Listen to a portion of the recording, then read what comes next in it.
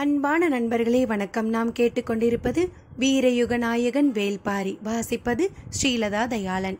போன பகுதியில் போருக்கு மருத்துவ உதவி தேவை என்றதும் முரியன் ஆசான் ஒரு நிபந்தனை வைத்ததார்.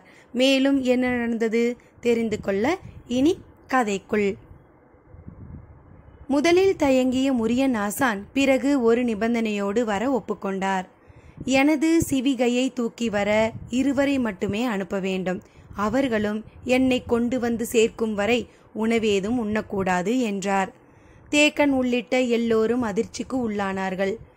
10 to 12 நாள் பயணத் தொலைவை எப்படி உணவின்றி கடக்க முடியும், அதுவும் சிவிகையை தூக்கி கொண்டு என பலரும் தயங்கிய போது வாரிக்கையன் சொன்னார், மலை பாதையில் உணவு ஏதுமின்றி சிவிகையை தூக்கி வரும் வீரர்கள் 2 அல்லது 3 நாட்கள் வர முடியும். அதற்கும் பிறகு அவர்கள் ஓடி வந்தால் மயக்கம் அடைந்து வீழ்வார்கள். அவர்களை குணப்படுத்தி மீண்டும் சிவிகையை தூக்க வைப்பது மருத்துவராகிய அவருடைய வேலை. நாம் ஏன் அதை பற்றி சிந்திக்க வேண்டும் என்றார். சரி என ஒப்புக்கொண்ட தேக்கன் வலிமை மிகுந்த போர் வீரர்கள் 2 தேர்வு செய்தான். ஆனால் வாரிக்கையனோ அவர்கள் வேண்டாம் என்று சொல்லி தோற்றத்தில் எளிமையான 2 அனுப்பி வைத்தார். 12 நாளில் வந்து சேர வேண்டிய அவர்கள் 8ஆம் நாள் காலையிலே வந்து சேர்ந்தனர். இதுதான் நடக்கும் என வாரிக்கையனுக்கு தெரியும். எனவே அவர் வியப்பேதும் அடையவில்லை. ஆனால் மற்ற அனைவரும் வியர்ப்பால் கிறங்கி போனார்கள். சிவிகையை தூக்கி வந்த 2 புறப்பட்ட இடத்திலிருந்து இப்போது வரை உணவு ஏதும் உண்ணவில்லை. முழு வேகத்தோடு வந்து சேர்ந்துள்ளனர் என்ற செய்தி வீரர்கள் எல்லோருக்கும் பரவியது. எப்படி இது நடந்தது என பலரும் பேசிக்கொண்டிருக்கையில் மருத்துவர்களிடமிருந்து உண்மை வெளிவந்தது. முரியன் ஆசான் செய்து வைத்துள்ள திங்கள் மூலிகையை உட்கொண்டால் பல நாட்களுக்கு பசி எடுக்காது, ஆற்றலும் குறையாது என்று. மருத்துவனின் வருகை மருத்துவத்தால் அறியப்பட வேண்டும். முரியன் ஆசானின் வருகை அப்படியே அறியப்பட்டது. பரம்பின் அனைத்து வகையான மருத்துவர்களும் முன்னரே இரளிமேட்டுக்கு வந்து சேர்ந்தனர். மருத்துவ பேர் ஆசானோடு பணி செய்யும் வாய்ப்புக்காக பல காலம் காத்திருந்தவர்கள் அவர்கள். போர் என்பது எதிரிகள் 2 இடையில் நடப்பது மட்டுமன்று, வீரர்களுக்கும் மருத்துவர்களுக்கும் இடையில் நடப்பதும் கூட. எதிரிகளுக்கு மருத்துவனால் குணப்படுத்த முடியாத காயங்களை உருவாக்கவே ஒவ்வொரு வீரனும் நினைக்கிறான். எதிரிகள் எவ்வளவு காயத்தை உருவாக்கினாலும் குணப்படுத்தி மீண்டும் வீரனை வாள் ஏந்த வைப்பேன் என்றே ஒவ்வொரு மருத்துவனும் மூலிகை சாற்றை பிழிகிறான். மருத்துவனின் சிகிச்சை மீது இருக்கும் நம்பிக்கையே வீரனின் துணிச்சலை பல நேரங்களில் தீர்மானிக்கிறது. ஒவ்வொரு நாளும் போர் முடியும் கணத்தில்தான் போரை அறிந்து கொள்ளுதல் தொடங்குகிறது. அன்றைய இரவின் காட்சிகள்தான் மறுநாள் அவனது மன உறுதியை தீர்மானிக்கிறது. மரணம் எய்தியவர்கள் மரணத்தின் மீது அச்சமூட்டுவதில்லை. உடல் சிதைக்கப்பட்டு மருத்துவர்களால் எதுவும் செய்ய முடியாமல் எங்கும் கதறிய ஓசையோடு இழுபட்டு கிடப்பவர்கள்தான் ஒவ்வொரு போர் வீரனையும் நிலை குலைய செய்கிறார்கள். அதனால்தான் போர்க்களத்தில் தாக்குண்டவர்களை மருத்துவ சாலை நோக்கி தூக்கி வரும் வேலையை வீரர்கள் செய்யக்கூடாது என பேரரசுகள் விதி செய்துள்ளன. அதை செய்வதற்கு தனிப்படையை அமைத்துள்ளன. போரின் விதியை வீரனின் வாளும் மருத்துவனின் பச்சிலைகளும் இணைந்தே தீர்மானிக்கின்றன. பரம்பு வீரர்கள் இணையற்ற நம்பிக்கையோடு வாளினை ஏந்தவும் நாணினை இழுக்கவும் எதிரி படையை சிதைத்து முன்னேறவும் மருத்துவர்களுக்கு முக்கிய காரணம். அதுவும் முரியன் ஆசான் களம் நோக்கி வந்துள்ள செய்தி பரம்பு வீரர்களுக்கு மட்டற்ற வேகத்தை கொடுத்தது. மரணத்தை மிதித்து நடக்க ஒவ்வொரு வீரனும் ஆசைப்பட்டான். முரியன் ஆசான் இரளிமேட்டுக்கு வந்த அன்றுதான் மூஞ்சலில் வேந்தர்களுக்கு கூடாரங்கள் அமைக்கும் பணி முடிவுக்கு வந்தது. மூஞ்சல் பகுதிக்கு மட்டும் தனித்துவமான பாதுகாப்பு அரண்கள் உருவாக்கப்பட்டன. மூவேந்தர்களுக்கு 3 பெரும் கூடாரங்கள், மூவரும் சந்தித்து உரையாட மாளிகை வடிவிலான பெரும் கூடாரம் ஒன்று, வேந்தர்களுக்கான பணியாட்கள், மருத்துவர்கள், உணவு சாலைகள் ஆகியவற்றுக்காக 3 கூடாரங்கள், போரில் பங்கெடுக்கும் அரச குடும்பத்தினர் தங்குவதற்காக 5 கூடாரங்கள் என்று மொத்தம் 12 கூடாரங்கள், ஆயுத பயிற்சிக்கான களம் என அனைத்தும் கொண்ட விரிவான அமைப்போடு மூஞ்சல் நகர் தயாரானது. மூஞ்சலின் பாதுகாப்புக்கு தனித்த அரண் அமைக்கப்பட்டது. பெரும் பெரும் மரத்தூண்களாலும் ஆயுதங்களாலும் அமைக்கப்பட்ட அரண் அது. அரணுக்கு வெளியில்தான் படைகள் பலகாத தொலைவுக்கு பரவியிருந்தன. இரவில் கடுங்குளிர் இருந்தாலும் பகல் பொழுதினில் வெயில் இன்னும் சூடேறாமல் தான் இருந்தது.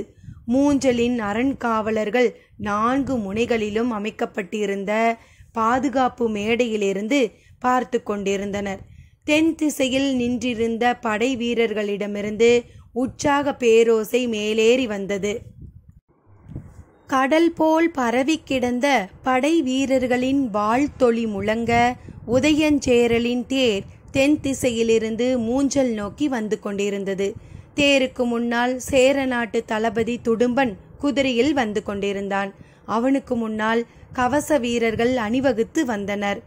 நான் ஏற்றப்பட்ட வில்லை பதாகையில் தாங்கிய வீரன் முதலாவதாக வர, அவனைத் தொடர்ந்து அணி அணியாய் சேர வீரர்கள் வந்து கொண்டிருந்தனர். 3 பேரரசுகளின் அமைச்சர்களாகிய முசுகுந்தரும் நாகரையரும் வளவன்காரியும் உதயஞ்சேரலை வரவேற்க மூஞ்சலின் வாயிலில் காத்து நின்றனர். முசுகுந்தர் பாண்டிய முறைப்படி அவருக்கான வரவேற்பை வழங்கினார். உதயஞ்சேரல் மூஞ்சலுக்குள் நுழைந்தான்.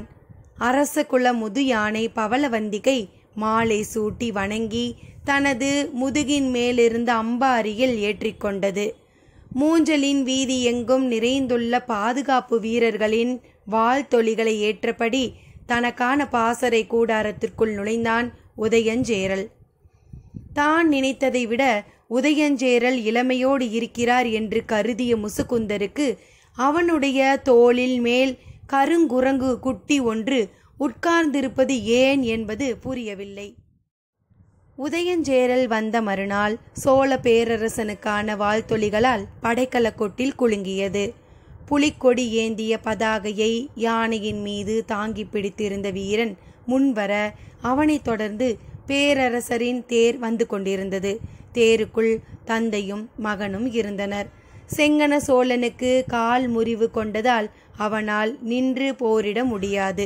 மற்ற 2 பேரரசுகளும் போரில் நேரடியாக ஈடுபடும் பொழுது சோழ பேரரசர் மட்டும் நேரடியாக போரில் ஈடுபடாமல் இருந்தால் அது சோழ நாட்டுக்கு பேரவமானமாகும். எனவே மகனின் சார்பில் நான் போரில் பங்கெடுப்பேன் என்று கூறி சோழவேலன் உடன் வந்தார். அன்று மாலை வீரமுண்டா வாத்தியம் இடியென முழங்க தொடங்கியது. பேரிகையின் ஓசையோ எல்லையில்லாத அதிர்வை உருவாக்கியது. எங்கும் போர்க்களத்துக்குரிய கருவிகள் இசைக்கப்பட்டன. அணிவகுத்து வந்த யானைகளின் மணியோசை பேரிக்கையை விஞ்சிக் கொண்டிருந்தது. வீரர்கள் விண்ணை பிழைப்பது போல முழக்கமிட்டனர். வெடிப்புற்ற தந்தமும் விளைந்த நகமும் முதுகினில் சங்கு வடிவ புள்ளிகளையும் கொண்ட பாண்டிய நாட்டு பட்டத்து யானையின் மீது அமர்ந்தபடி மூஞ்சலுக்குள் நுழைந்தார் குலசேகர பாண்டியன். அத்தியாயம் 80.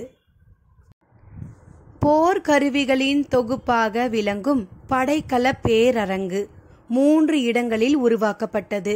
பாண்டியனின் பேரரங்கு மூஞ்சலின் அருகில் இருந்தது. சேரனின் பேரரங்கு தென்புறமும் சோழனின் பேரரங்கு வடபுறமும் அமைக்கப்பட்டன. மூவேந்தர்களுக்கான போர்க்கருவிகள் முழுமையும் அங்குதான் சேகரிக்க வைக்கப்பட்டிருந்தன. ஒவ்வொரு பேரரங்கும் மூஞ்சல் நகரின் பரப்பளவை கொண்டிருந்தது. அவற்றுள் 10க்கு மேற்பட்ட கூடாரங்கள் இருந்தன. ஒவ்வொரு கூடாரத்திலும் ஒவ்வொரு விதமான ஆயுதம் வைக்கப்பட்டிருந்தது. ஆயுதங்களை ஒழுங்குமுறைப்படி அடுக்கி வைப்பதும் தேவைக்கேற்ப நாள்தோறும் அவற்றை எடுத்து போர்க்களத்துக்கு அனுப்புவதும் தனி ஒரு கலை. இந்த கலையை செய்பவரை ஆயுதவாரி என்று அழைத்தனர்.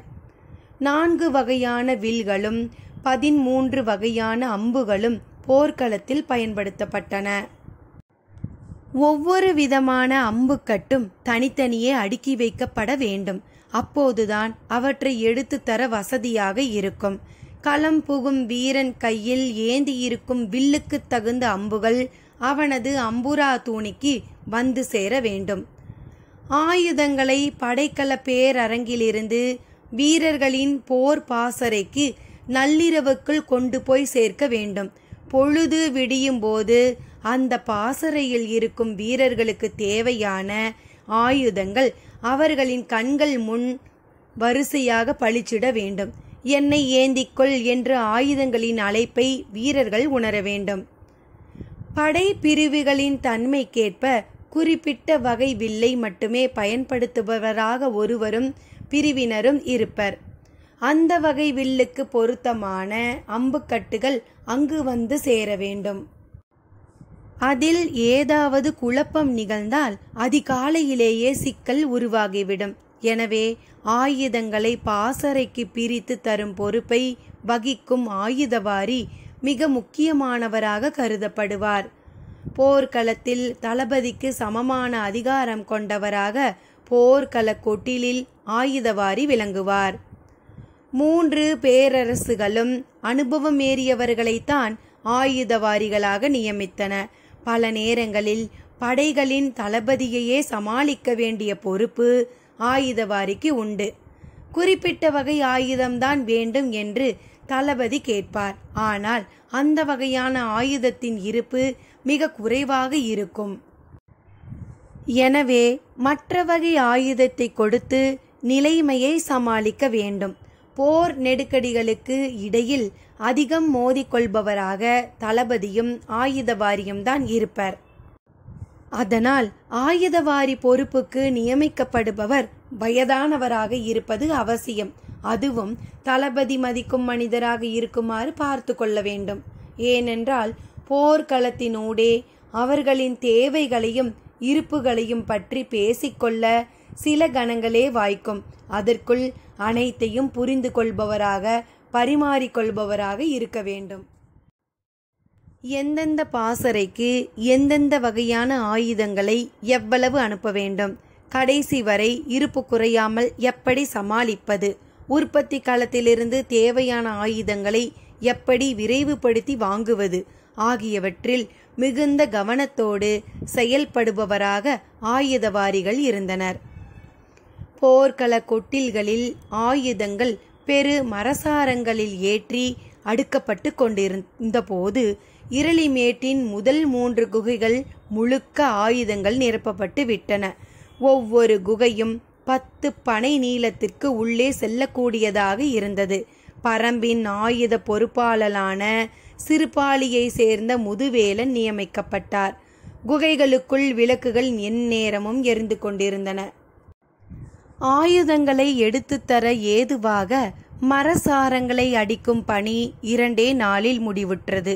அதன் பிறகு ஆயுதங்கள் அடுக்கப்பட்டன.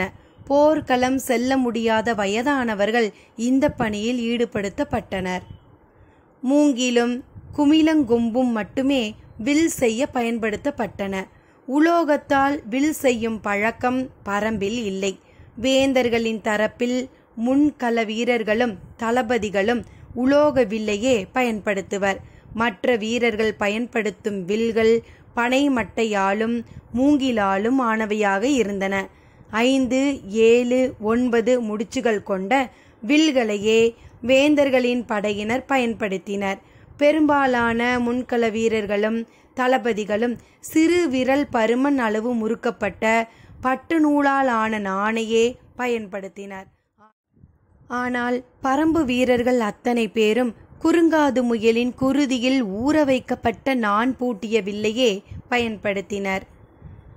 இரும்பு கிட்டம், சிரட்டை கரி, புளியம் விதை 3ஐயும் கருவேலஞ்சாறு விட்டு இடித்து அதனுடன் கூழாங்கல் மாவை சேர்த்து ஆயுதங்களுக்கான வடி உருவாக்கப்பட்டது. 4ஆம் 5ஆம் குகைகள் ஆயுத உருவாக்கங்களுக்கான உலைகளால் நிரம்பி இருந்தன. உலைகளின் தன்மைக்கு ஏற்ப அவை குகைகளை விட்டு வெளியே பல இடங்களில் அமைக்கப்பட்டன. சிறிய உலைக்கு காற்றடி இல்லாத ஒடுங்கிய பகுதியே ஏற்றது. அந்த வகை உலைகளில்தான் ஆயுதங்களின் நுனிப்பகுதியிலும் விளிம்பின் கூர்முனையிலும் செய்ய வேண்டிய முக்கியமான வேலைகளை செய்ய முடியும். மற்ற காலங்களில் ஆயுதங்களை பெரு உலையில் அடித்தும் வடித்தும் வைத்திருப்பர். அவையெல்லாம் முதல் 3 குகைகளில் வந்து நிரப்பப்பட்டு விட்டன. இப்போது அவை அனைத்தையும் போருக்கு பயன்படுத்துவதற்கு ஏற்ப இறுதி வடிவம் கொடுக்கும் வேலையைத்தான் 4ஆம் 5ஆம் குகைகளில் செய்தனர்.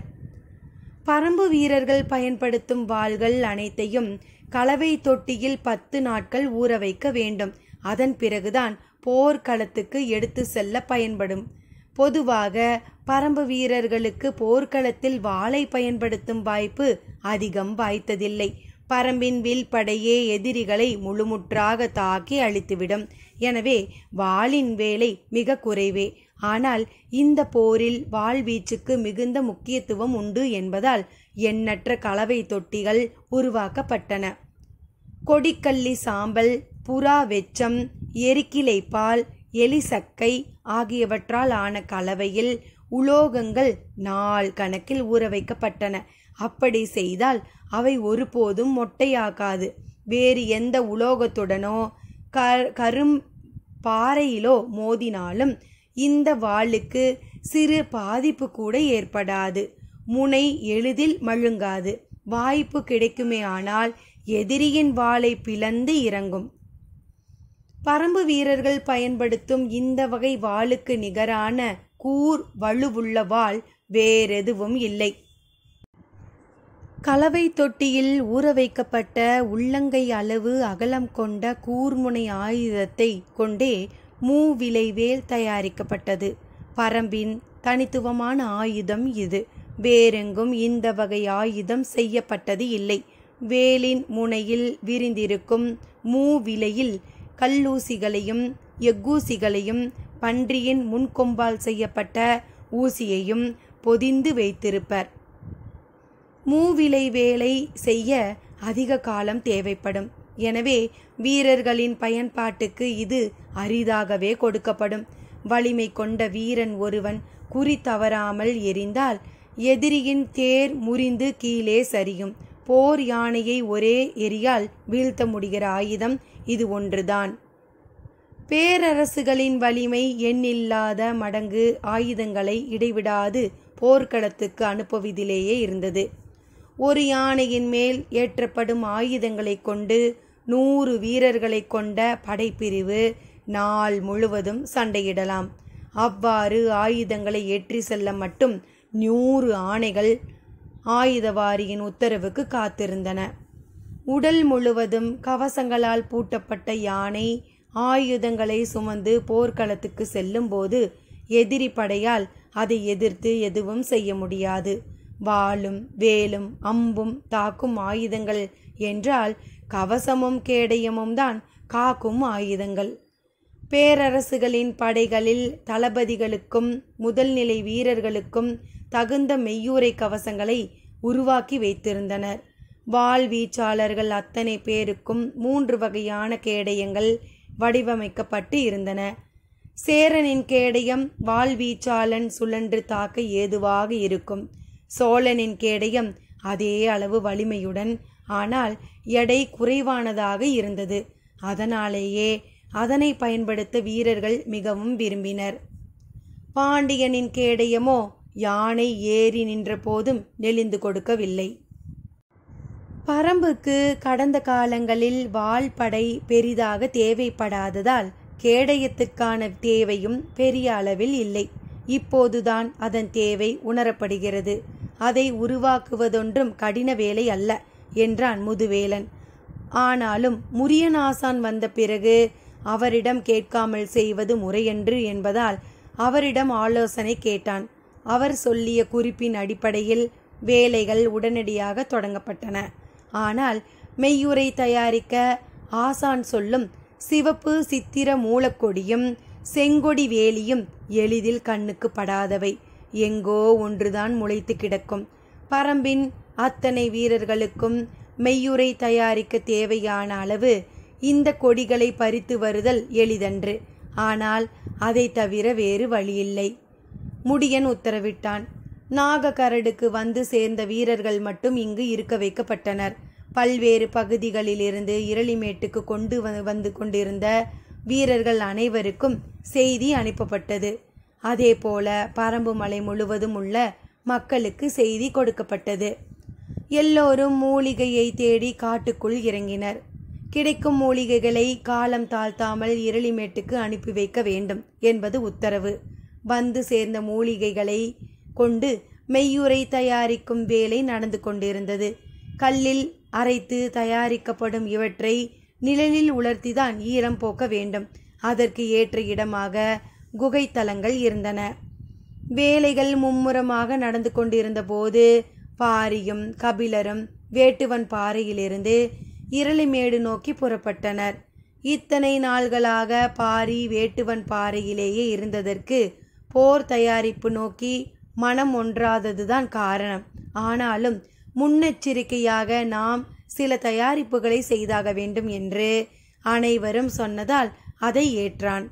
தேக்கனும் முடியனும் அதை செய்து முடிக்கட்டும் என்று வேட்டுவன் பாறையிலேயே தங்கிவிட்ட பாரி இன்று காலையில் கபிலருடன் இரளிமேடு நோக்கி புறப்பட்டான். நடு பகலின் போது அவர்கள் நெடுங்குன்றை வந்தடைந்தனர். அங்கிருந்து சமதளத்தில் கண்ணுக்கு எட்டும் தொலைவு வரை வேந்தர்களின் படைகள் பரவி கிடந்தன.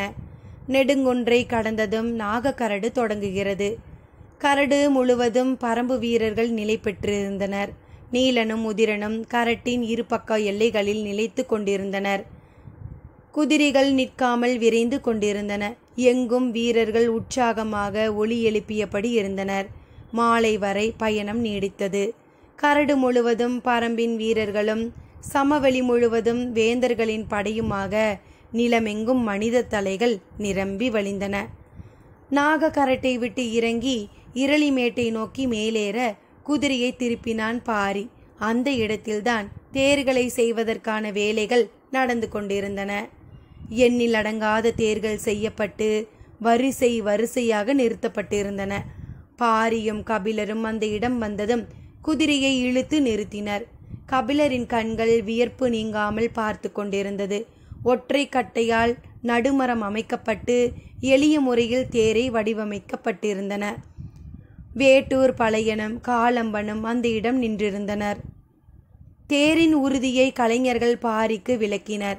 நிறுத்தப்பட்டிருந்த தேர்களை விட்டு பாரியின் கண்கள் எளிதில் அகலவில்லை.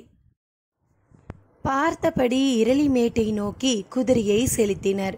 உலைக்களங்களும் குதிரை கொட்டடிகளும் உணவு சாலைகளும் இரளிமேடு முழுவதும் நிரம்பி வழிந்து கொண்டிருந்தன. எங்கும் வீரர்கள் வேலை பார்த்து கொண்டு இருந்தனர். கூளையன் சத்தம் இடதுபுற மூலையில் கேட்டுக்கொண்டிருந்தது.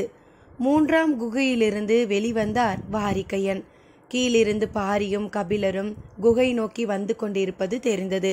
அவர்கள் மேலே வரும் வரை அந்த இடம் விட்டு நகரவில்லை. பாரியின் குதிரை முன்னால் வந்து கொண்டு இருந்தது. அதைத் தொடர்ந்து கபிலர் வந்து கொண்டிருந்தார். குகை வாயில் வந்தடையும் வரை பார்த்து கொண்டிருந்தார் வாரிக்கையன். பாரி வந்து இறங்கினான். மகிழ்ந்த முகத்தோடு அவனை வரவேற்றார் வாரிக்கையன். என்ன, நெடுநேரமாக நின்று பார்த்து கொண்டிருக்கிறீர்கள் என கேட்டான் பாரி.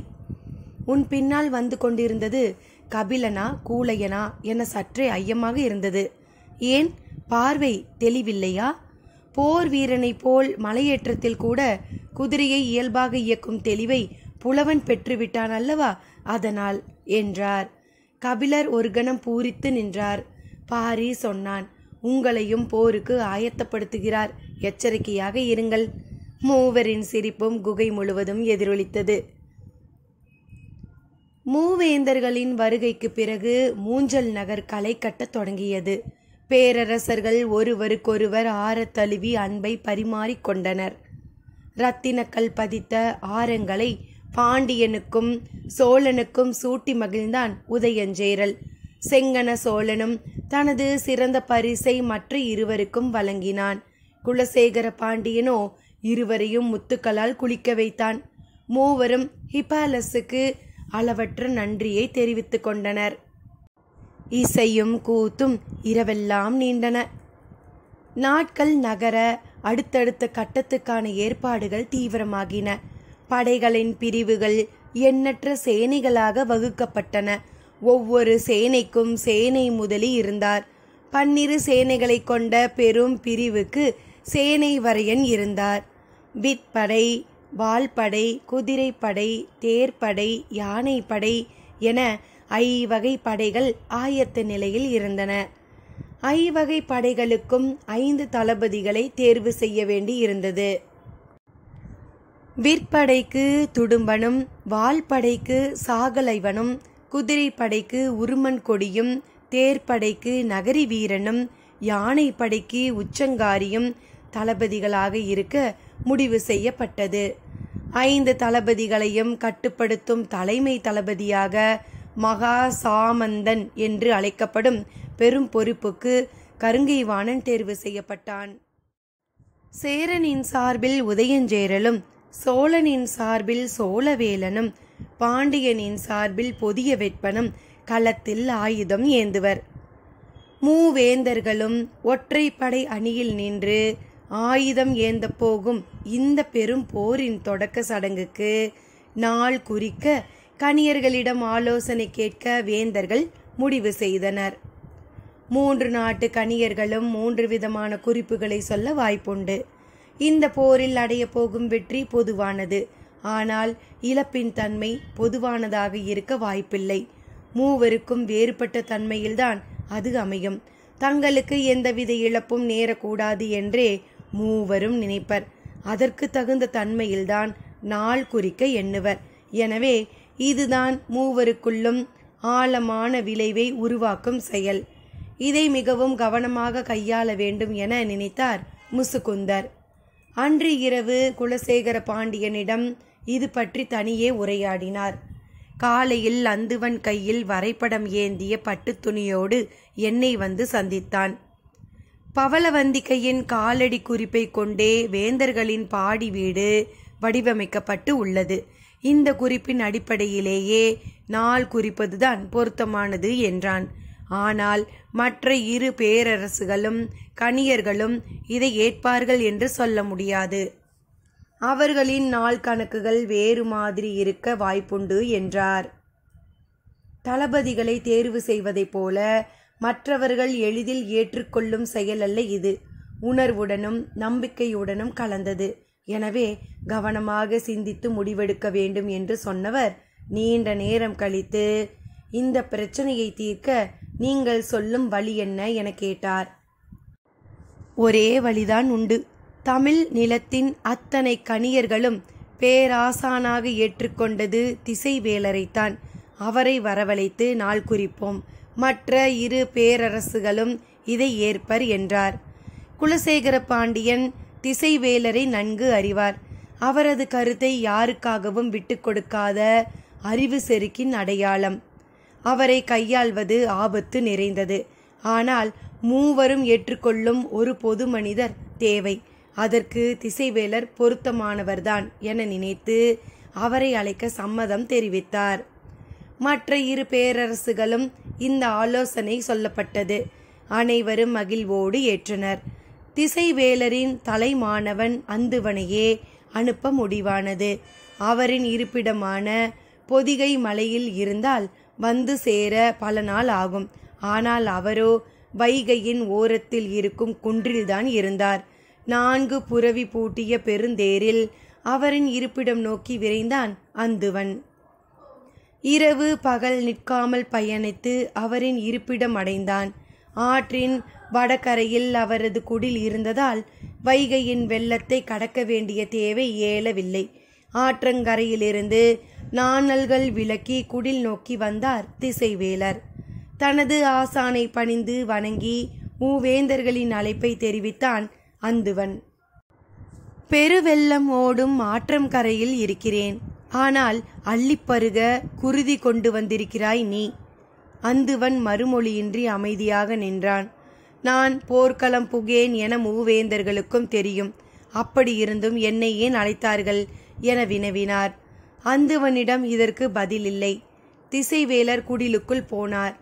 அந்துவன் அன்று முழுவதும் காத்திருந்தான். மறுநாள் மாலை குடில் விட்டு வெளியே வந்தார். மூவேந்தர்களின் அழைப்பை நிராகரிக்க வேண்டாம். போய் நமது நிலையை தெளிவுபடுத்திவிட்டு வருவோம் என்று எண்ணியபடி காலையில் புறப்படுவோம் என கூறினார். இந்த செய்தி இரவோடு இரவாக பயணித்து விடியும் போது மூஞ்சல் நகர் எட்டியது. திசைவேலர் அழைப்பை ஏற்க மறுப்பாரோ என்ற அச்சத்தில் இருந்த முசுக்குந்தர் செய்தி கேட்டு அளவற்ற மகிழ்வடைந்தார். மூஞ்சலில் எல்லாமே சிறப்பான தொடக்கமாக அமைகிறது. மூவேந்தர்களும் தங்களுக்குள் மிக இயல்பாக பேசிக்கொள்ள அதிக காலம் எடுத்துக்கொள்ளவில்லை. தளபதிகளின் தேர்விலும் முரண்கள் எதுவும் உருவாகவில்லை. அதேபோல சடங்குக்கான நாள் குறிப்பிலும் சிக்கலான நிலை ஏதும் உருவாகாமல் இருந்தால் போதும், எல்லாம் வெற்றிகரமாக அமைந்துவிடும் என்று எண்ணியபடி புதிய வெப்பனின் கூடாரத்திற்கு வெளியே நின்று கொண்டிருந்தார். அப்போது உதயஞ்சேரல் தனது மாளிகையை விட்டு வெளிவருவதை பணியாளர்கள் சிற்றோசை எழுப்பி தெரியப்படுத்தினர். அவர் உணவு கூடாரத்தை நோக்கி நடந்து போனார். பேசிக்கொண்டே உடன் சென்ற அமைச்சர் நாகரையன் அவர் உணவகம் நுழைந்ததும் வந்த வழியே திரும்பினார். சற்று தொலைவில் முசுக்குந்தர் நிற்பதை பார்த்து அருகில் வந்தார். திசைவேலர் அழைப்பை ஏற்றுக்கொண்ட செய்தியை அவரோடு பரிமாறி மகிழ்ந்தார் முசுக்குந்தர். இருவரும் நீண்ட நேரம் பேசியபடி நின்றனர். முசுக்குந்தர் கேட்டார், எனக்கு ஓர் ஐயம், தெளிவுபடுத்த முடியுமா? எனக்கு விடை தெரிந்தால் தெளிவுபடுத்துகிறேன் என்றார் நாகரையர். உங்களின் பேரரசருடன் என் நேரமும் கருங்குரங்கு குட்டி ஒன்று இருக்கிறதே, ஏன்?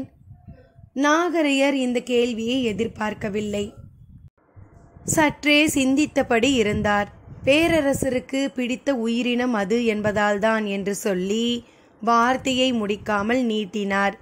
எதையோ சொல்ல தயங்குகிறார் என்பது புரிந்தது. சற்று இடைவெளியில் அவரே சொன்னார், உங்களிடம் மறைக்க விருப்பமில்லை, ஆனால் நீங்கள் மற்றவர்களிடம் பகிர்ந்து கொள்ளாதீர்கள். என் நேரமும் அந்த குட்டி உடன் இருக்காது.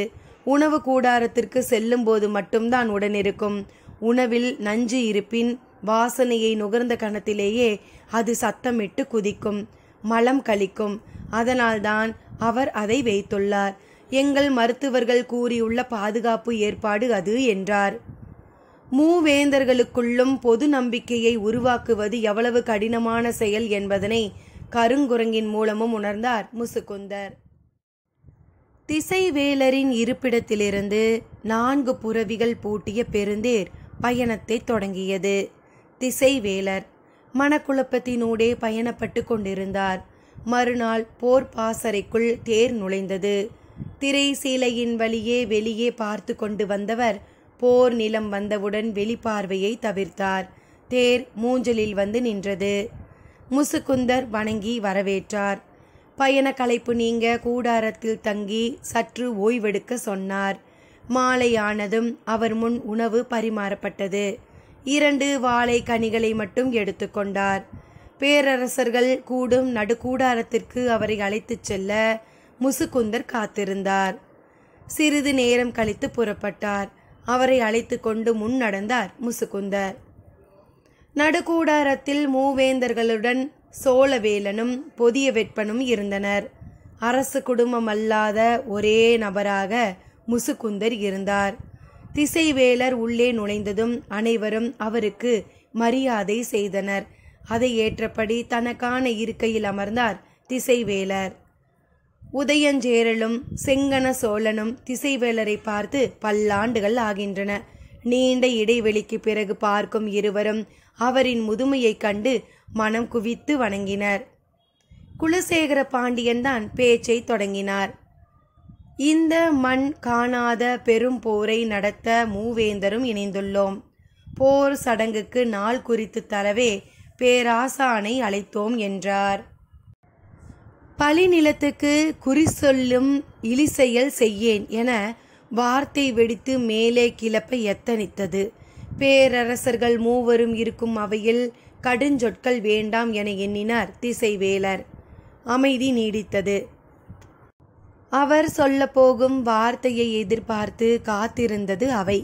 சற்று இடைவெளிக்கு பிறகு போரை தவிர்க்க வழியேதும் இல்லையா என மெல்லிய குரலில் கேட்டார். போர்க்களத்து சடங்குக்கு நாள் குறிக்க அழைக்கப்பட்டவர் போரை தவிர்க்க வழி கேட்டது சேரனுக்கு அதிர்ச்சியை கொடுத்தது. சடங்கின் தன்மை பேசப்படும் கணத்திலிருந்து தொடங்கக்கூடியது.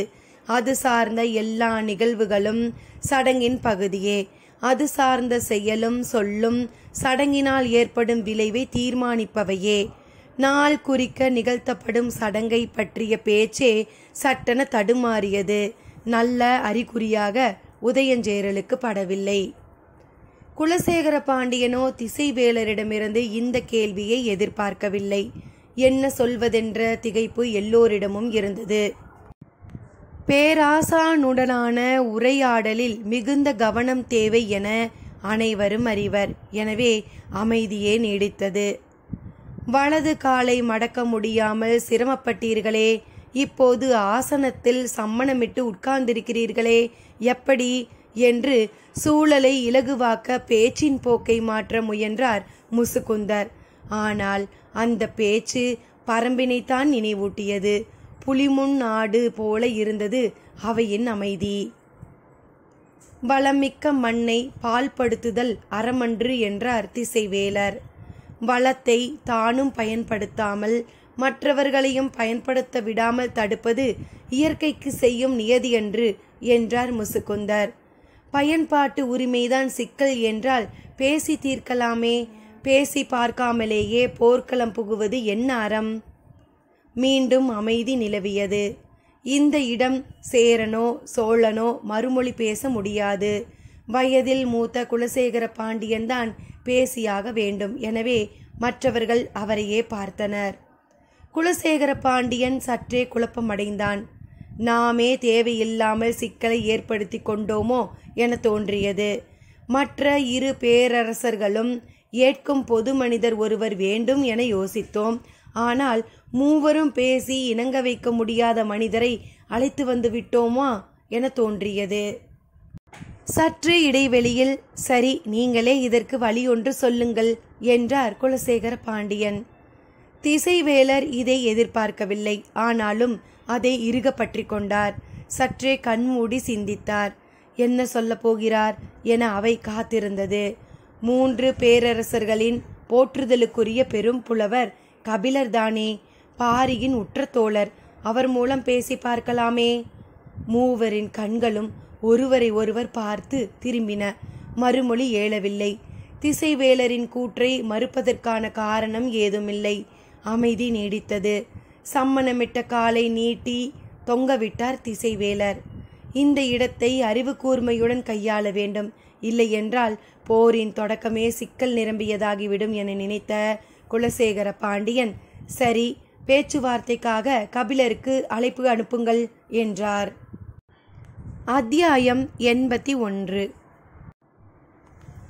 வால்படை தளபதி சாகலைவன் வந்த தேர் இரவு முழுவதும் நாகக்கரட்டின் அடிவாரத்தில் நின்றது. அவன்தான் கபிலருக்கு அழைப்பு எழுதப்பட்ட சுருள் மடலை எடுத்து வந்தவன். பரம்பு வீரர்கள் அதை பெற்றிக்கொண்டு இருளிமேட்டுக்கு சென்றனர். மறுமொழி வரும் வரை காத்திருக்கிறேன் என்று சொல்லி காத்திருந்தான் சாகலைவன். மூவேந்தர்களின் படை நிலை கொண்டுள்ள இடம் விட்டு மிக தொலைவில் வந்து பரம்பின் நிலப்பகுதிக்குள் இரவு முழுவதும் காத்திருந்தான் சாகலைவன். மறுநாள் பொழுது விடிந்தது. செய்தியை எதிர்பார்த்திருந்தான் சாகலைவன். நீண்ட நேரத்துக்கு பிறகு கரட்டுமேட்டிலிருந்து ஆட்களின் வருகை தெரிந்தது. உற்று பார்த்தான். நடுவில் வருபவர் கபிலர். அவர் கபிலருக்கு அறிமுகமானவன். மதுரையில் தங்கி இருக்கும்போது கபிலரை பலமுறை கண்டு பேசியிருக்கிறான். அதனால்தான் இந்த பணிக்காக அவன் அனுப்பப்பட்டான். மேலே இருந்து இறங்கி வந்த கூட்டம் குறிப்பிட்ட இடத்தோடு நின்று கொண்டது. அதற்கு பிறகு கபிலர் மட்டும் வந்து கொண்டிருந்தார். அவரோடு சிறுவன் ஒருவனும் வந்தான். அவன் யாரென சாகலைவனுக்கு தெரியவில்லை. உதவிக்கு அழைத்து வருகிறார் என புரிந்தது. கபிலர் தேரின் அருகில் வந்ததும் அவரை வணங்கி வரவேற்றான் சாகலைவன். முகம் பார்த்து மலரும் மனநிலையில் கபிலர் இல்லை. தலையை மட்டும் மெல்ல அசைத்தார். குறுக்கு கட்டையை எடுத்து அவர் தேரில் ஏற வசதி செய்தபடி நின்றான். அவரோ உடன் வந்த அளவனின் தோளை அழுத்தி மேலேறி அமர்ந்தார். அளவனும் ஏறி அவர் அருகில் அமர்ந்து கொண்டான். தேர் புறப்பட்டு சிறிது நேரத்தில் படைக்களத்துக்குள் நுழைந்தது. முதலில் இருந்தது காலாட்படைதான். கண்ணுக்கு எட்டும் தொலைவு வரை வீரர்கள் நிறைந்திருந்தனர். தேர் வேகம் கொண்டு சென்றது. நெடுநேரத்திற்கு பிறகு காலாட்படையை கடந்து குதிரைப்படையின் எல்லையில் போய் வலது புறமாக திரும்பியது. வேகம் குறையாமல் பயணித்தாலும் படைகளை கடந்து நெடுந்தொலைவு போக வேண்டி இருந்தது. தேரோட்டும் வளவன் தேரை விரைவுபடுத்த முயன்றான். ஆனால் வீரர்களின் நெரிசல் அதிகமாக இருந்தது. நீட்டி பிடித்த வேட்கம்புகளுடனும் ஈட்டிகளும் குதிரையின் மீது பட்டுவிடுமோ என்ற அச்சம் அவனுக்குள் இருந்தது. ஆயுதங்கள் குவிக்கப்பட்டிருக்கும் படைக்கல பேரரங்குகள் மூன்றையும் தொட்டு பயணிப்பதைப் போல வழி சொல்லியிருந்தான் சாகலைவன். தேர் அந்த திசையிலேயே போய்க் கொண்டிருந்தது. வேகம் குறையாமல் தேர் படையின் எல்லைக்குள் நுழைந்தது. இந்த பகுதியில் வீரர்களின் எண்ணிக்கை சற்று குறைவு. ஆனால் அங்குமிங்குமாக மரக்கட்டைகளும் குதிரைகளின் ஓட்டமுமாக இருந்தன. சற்றே கவனத்தோடு தேரை செலுத்தினான். அதைத் தொடர்ந்து சிற்றரசர்களும் தளபதிகளும் தங்கியிருக்கும் பகுதி இருந்தது. அதை ஓரமாக சென்று கடக்க முயன்றான். தொலைவில் யாரையோ பார்த்த கபிலர் தேரை நிறுத்து என்றார். யாரை பார்த்துவிட்டு தேரை நிறுத்த சொல்கிறார் என புரியாமல் விழித்தான் சாகலைவன். தேர் நின்றது. குறிப்பறிந்து அளவன் கீழே இறங்கினான். அவன் தோள் பிடித்து இறங்கினார் கபிலர். சற்று தொலைவில் வாள் பயிற்சியில் ஈடுபட்டிருந்த இருவர் தேரை விட்டு இறங்கும் மனிதரை யார் என உற்று பார்த்தனர். அடையாளம் கண்டறிந்த ஒருவன் தேர் விட்டு இறங்குவது பெரும்புலவர் கபிலர் என்று சத்தமிட்டு கூறியபடி வாளை விடுத்து ஓடோடி வந்தான். அவன் வரும் வேகம் கண்டு அளவன் சற்றே விலகி நின்றான். விரைந்து வந்து கபிலரின் கால் தொட்டு வணங்கினான். அவன் அருக நாட்டின் சிறுகுடி மன்னன் செம்பன். அவனை கண்டதும் கபிலரின் முகம் மலர்ந்தது. 1.5 ஆண்டுகளுக்கு முன் அவனது மாளிகையில் தேரல் அருந்தி மான்கறி சாப்பிட்டு கொண்டிருக்கும் போதுதான் பாரியை பற்றிய பேச்சு வந்தது. அவனது வள்ளல் தன்மையை பற்றி செம்பன் சொன்னதை ஏற்காத கபிலர், நாளையே நான் புறப்பட்டு பரம்புமலைக்கு போகிறேன் என்று சொல்லி புறப்பட்டு போனார். அதன் பிறகு இன்றுதான் மலை விட்டு இறங்கி சமவெளிக்கு வந்துள்ளார். யாரை பார்த்துவிட்டு பரம்பில் ஏறினோமோ அவனைத்தான் பரம்பு விட்டு இறங்கியதும் முதலில் பார்க்கிறோம் என்று சொல்லி அவனது தோளை தொட்டு மகிழ்ந்தார் கபிலர். சுற்றிலும் கூட்டம் கூடியது. அந்த பகுதியில் இருந்தவர்கள் எல்லாம் சிறுகுடி மன்னர்களும் தளபதிகளும் ஆவர். அனைவரும் கபிலரை அறிவார்கள். பேரரசர்கள் பணிந்து வணங்கும் பெரும்புலவன் நம்மோடு போர்க்களத்தில் நின்று உரையாடுகிறார் என்ற பெருமிதத்தோடு கூட்டம் கூடியது. ஆனாலும் அனைவரும் விலகியே நின்றனர். நீ அன்று பாரியின் வள்ளல் தன்மை பற்றி வியர்ந்து கூறினாய். நான் மறுத்து கூறி அதை சோதித்தறிய மலையேறினேன். 1.5 ஆண்டுகளுக்கு மேல் ஆகிவிட்டது. எனது வாழ்வின் மிக சிறந்த இந்த காலத்தை சொல்லால் வார்த்து சொல்கிறேன். உனது வார்த்தையே மெய். அதை நான் பணிந்து ஏற்கிறேன் என்று சொல்லி செம்பனை நோக்கி கை குவித்தார் கபிலர். நடுங்கி போய் கபிலரின் கால் பற்றி வணங்கினான் செம்பன். தாங்கள் என்னை வணங்கக்கூடாது என்றான். நான் உன்னை வணங்கவில்லை, நீ சொன்ன உண்மையை வணங்குகிறேன். அந்த உண்மைக்கு எதிராகவே இப்போது வாள் ஏந்த வந்துள்ளேன். பேரரசின் ஆணை இது, என்னை மன்னியுங்கள் என்று சற்றே கலங்கிய குரலோடு சொன்னான். உண்மையில்லாத ஒன்றை நான் எப்போதும் மன்னிப்பதில்லை என்று சொல்லியபடி தேரில் ஏறினார் கபிலர். மற்றவர்களுக்கு என்ன நடக்கிறது என புரியவில்லை. குவித்த கையை விலக்காமல் அவரையே பார்த்தபடியே நின்றான் செம்பன். தேர் ஏறிய கபிலர் அவனது கைகளை பார்த்து கொண்டே சொன்னார். இந்த கைகளால் அன்று கரித்துண்டங்கள் நிறைந்த குளிசிப்பானையை என்னை நோக்கி தள்ள முடிந்திருந்தால் நாம் இந்நேரம் போர்க்களத்தில் சந்தித்திருக்க மாட்டோம் அல்லவா? கபிலரின் முகத்தில் இருந்த மெல்லிய சிரிப்பு செம்பனை கூனி குறுக செய்தது. தேர் புழுதி மேலெழும் வரை அவன் அசைவற்று நின்றான். நேரம் அதிகமாகிக் கொண்டிருந்ததால் தேரை விரைந்து செலுத்த சொன்னான் சாகலைவன். அவனது சொல்லுக்கு ஏற்ப தேரின் வேகம் கூடியது. படைகளை கடந்து மூஞ்சல் நகர் நோக்கி சென்றது தேர். தனித்துவம் மிக்க இந்த பகுதியை பார்த்ததும் பேரரசர்களின் கூடார பகுதி என்பது தெரிந்தது. மூஞ்சலுக்குள் தேர் நுழைந்ததும் வரவேற்க அமைச்சர்கள் நின்றிருந்தனர். அவர்கள் நின்ற இடம் வந்து தேர் நின்றது. அமைச்சர்கள் மூவரும் பெரும் புலவரை வணங்கி வரவேற்றனர். முசுகுந்தரின் முகம் அளவற்ற மகிழ்வில் இருந்தது. எத்தனையோ மாலை பொழுதுகளை வைகை கரையில் கபிலரோடு உரையாடி மகிழ்ந்தவர் அவர். நாகரையனும் வளவன்காரியும் அவரின் கைதொட்டு வணங்கினர். அவர்கள் இருவருக்கும் கபிலரோடு உரையாடும் அளவுக்கு உறவு இல்லை. தேர் விட்டு இறங்கிய கபிலர் நடக்கத் தொடங்கினார். நினைவின் ஆழத்தில் இருந்து கடந்த காலம் மேலெழுந்து வந்து கொண்டிருந்தது. 3 பேரரசுகளும் தனக்குமான உறவின் வலிமை நினைவெங்கும் பரவி விரிந்தது. கடந்த காலத்தின் முன் மனம் கூசி நடுங்கியது. ஆனால் இன்னும் சிறிது நேரத்தில் அந்த கடந்த காலத்துக்குள் தான் நுழைய போகிறார். அங்கிருந்து வந்துள்ள மனிதர்கள்தான் அவருக்காக காத்திருக்கின்றனர். எனது புலமையை போற்றி கொண்டாடிய பேரரசர்களுக்கு எதிராக வந்து விழப்போகும் சொற்கள் என்னவாக இருக்கப் போகின்றன? அவை எனது வாழ்வின் முழுமையிலிருந்து விளைந்த சொற்களாக இருக்கப் போகின்றனவா, அல்லது பரம்பிலிருந்து மட்டும் விளைந்த சொற்களாக இருக்கப் போகின்றனவா? சொல் நிலத்திலிருந்து எழுவதில்லை, மனதிலிருந்துதான் எழுகிறது. மனம் உண்மையோடு கரைகிற போது சொல் தன்னியல்பில் முளைத்து மேலெழுகிறது. உண்மையில் விளைய வைக்கவும் சொற்களை பற்றி நாம் ஏன் முன்கூட்டியே சிந்திக்க வேண்டும் என்று கருதியபடி கூடாரத்துக்குள் நுழைந்தார் கபிலர். குலசேகர பாண்டியன் இருக்கை விட்டு எழுந்து வந்து பெருமகிழ்வோடு வரவேற்றார். செங்கன சோழனும் உதயஞ்சேரலும் பொதிய வெப்பனும் வணங்கி வரவேற்றனர். சோழவேலன் அனைத்து மகிழ்ந்தான். கூடாரத்தின் இடது ஓரம் இருந்த சிறு மேடையில் 4 அமர்ந்து யாழ் மீட்டி பாடிக்கொண்டிருந்தனர். கபிலர் உள் நுழைந்ததும் பாடலை நிறுத்தி எழுந்தனர். மீட்டிய யாழையும் பிற இசைக்கருவிகளையும் வைத்துவிட்டு வெளியேறினர். அவர்கள் பாடிய வேந்தே கான் எனும் கபிலரின் பாடலை பாடியபடி அவரை இருக்கையில் அமர வைத்த தானும் இருக்கையில் அமர்ந்தான் குலசேகர பாண்டியன்.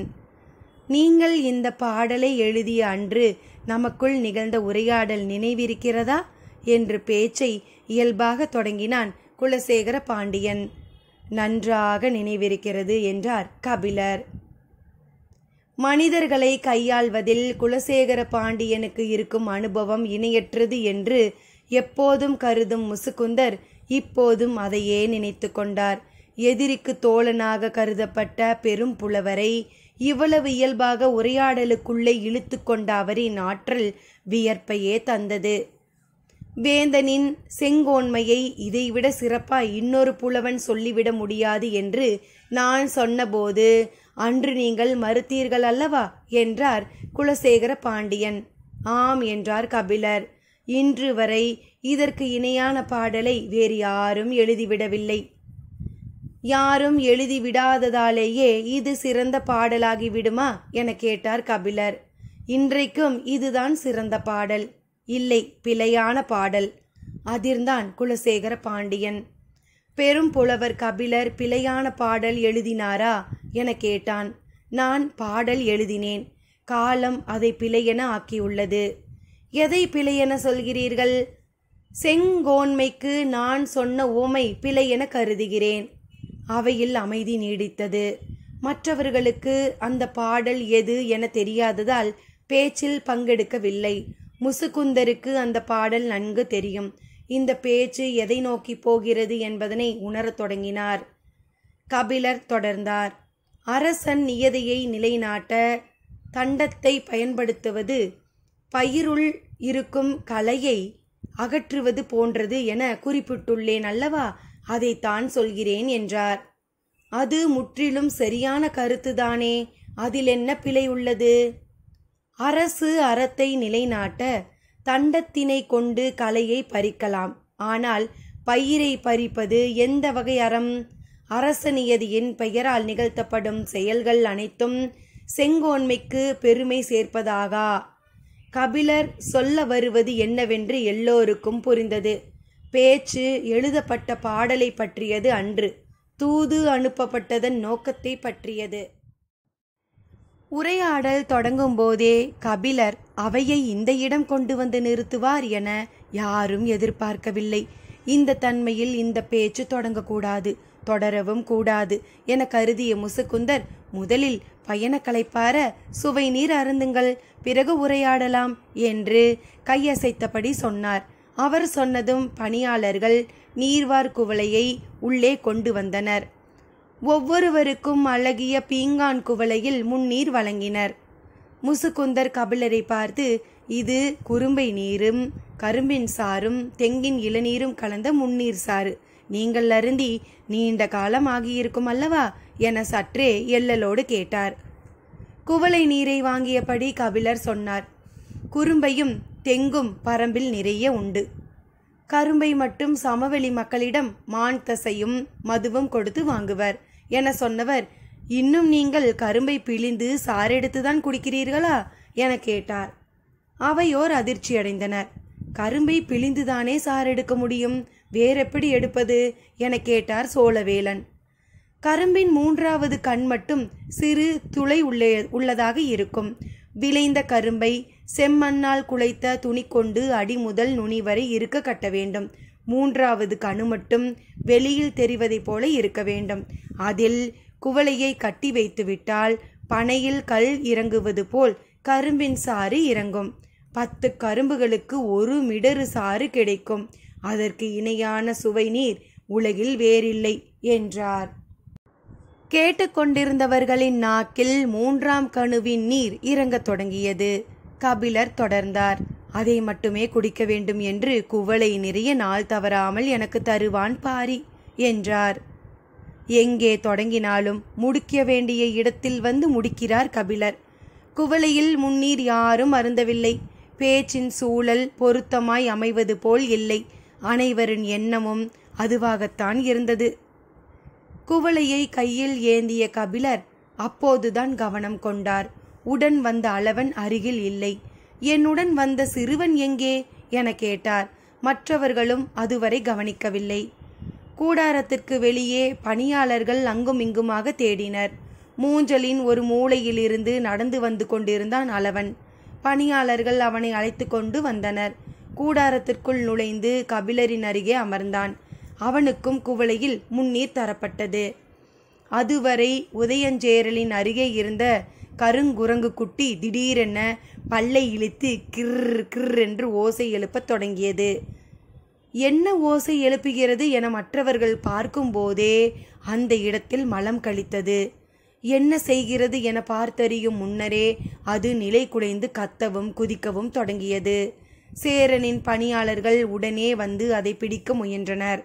அதன் செயல் கண்டு பதற்றத்தோடு உதயஞ்சேரல் கத்தினான், குவளையில் இருக்கும் முன்னீரை அருந்தாதீர்கள், அதில் நஞ்சு கலக்கப்பட்டிருக்கிறது என்றார். குலசேகர பாண்டியன் மிரண்டு எழுந்தான். ஏந்திய குவளையை சட்டென விடுத்தான் சோழவேலன். செங்கன சோழனும் பொதிய வெப்பனும் அதிர்ந்தனர். முசுக்குந்தர் நடுங்கி போனார். யாருக்கு எதிரான சதி இது? யாருக்கும் ஒன்றும் புரியவில்லை. மூவேந்தர்களும் ஒருவருக்கு ஒருவர் வீசிய பார்வையில் எழுப்பப்பட்ட நம்பிக்கை நொறுங்கிக் கொண்டிருந்தது. கபிலர் ஏந்திய குவளையோடு அப்படியே இருந்தார். அருகில் இருந்த அளவன் அவரின் காதோடு சொன்னான், அது என்னை கண்டுதான் மிரண்டு கத்துகிறது. குவளை நீரில் நஞ்சேதும் இல்லை என்றான். குலசேகர பாண்டியனின் மேலெல்லாம் வியர்த்து கொட்டியது. சுவை நீரில் நஞ்சிருக்கிறதா என்று சோதியுங்கள், சமையலாளர்களை சிறையிலிடுங்கள் என்றார். மிச்சம் இருந்த குவளை நீரை பணியாளர்கள் கை நடுங்க வந்து வாங்கினர். கபிலர் சொன்னார், இதில் நஞ்சேதும் இருப்பது போல் தெரியவில்லையே.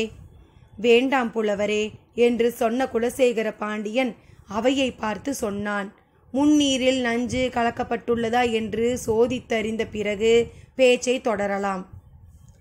அவை அமைதி காத்தது. கபிலரையும் அளவனையும் சற்று நேரம் ஓய்வெடுக்க கூடாரத்துக்கு அழைத்துச் சென்றார் முசுக்குந்தர். நீண்ட சோதனைக்கு பிறகு மூவேந்தர்களின் தலைமை மருத்துவர்கள் உள்ளே நுழைந்தனர். பார்ப்போற்றும் வேந்தர்களை வணங்குகிறோம், சுவை நீரில் நஞ்சேதும் இல்லை என்றனர். நன்றாக சோதித்தீர்களா? முழுமையாக சோதித்து விட்டோம். அப்படியென்றால் நீங்கள் மூவரும் முதலில் அருந்துங்கள் என்றார் சோழவேலன். மூவரும் குவளை நீரை அருந்தினர். குவளையை கீழே வைக்கும் வரை வேந்தர்களின் கண்கள் அவர்களை விட்டு விலகவில்லை. அருந்திய மருத்துவர்களின் கண்களில் சிறு அச்சம் கூட இல்லை. அவர்கள் குவளையை கீழே வைத்த கணத்தில் உதயஞ்சேரல் கத்தினான், அந்த குரங்கை கொன்றுவிடுங்கள்.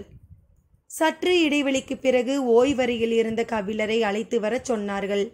நஞ்சு, அச்சம், சதி, விசாரணை, கொலை என சிறிது நேரத்திற்குள் அனைத்தும் நிகழ்ந்து முடிந்து ஓர் அவைக்குள் கபிலர் மீண்டும் நுழைந்தார். யார் முகத்திலும் இயல்பும் மகிழ்வும் இல்லை. பாரியின் தரப்பில் நின்று வேந்தர்களுக்கு எதிராக வெளிப்படையாக சொல்லேந்துவார் கபிலர் என யாரும் எதிர்பார்க்கவில்லை. இனி உரையாடல் வெளிப்படையாகவே இருக்கப் போகிறது. உரையாடலின் முடிவு என்னவாக இருக்கப் போகிறது? பொறுத்திருந்து பார்ப்போம். நன்றி நண்பர்களே.